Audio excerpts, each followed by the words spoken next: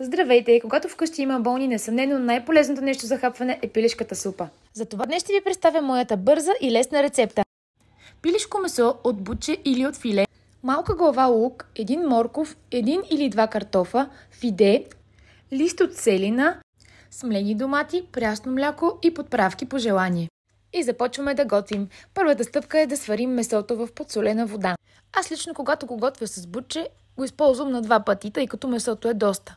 Докато чакаме месото да се свари, си нарязваме зеленчуците на ситно и ги слагаме в отделна тенджерка с около литър вода. След около 10 минути, когато месото е вече сварено, пресеждаме бульона и го сипваме към зеленчуците.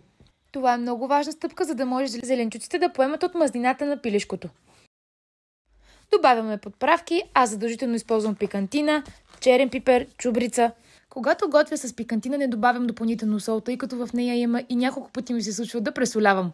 Добавяме листата целина. Ако някой желая, може да си сложи и глава целина, магданоз. И идва ред да добавим месото, предварително нарязано на ситно. Зеленчуците също вече би трябвало да са сварени, затова вече спокойно можем да сложим и доматите.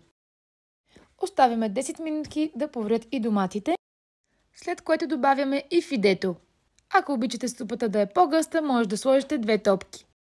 Проверявате как е на вкус, ако има нужда добавяте малко сол или пикантина, както в моя случай. И накрая мляко. Аз използвам само прясно мляко за застройка. И вуаля, супата е готова! За да има лечебно действие, супата се консумира още гореща.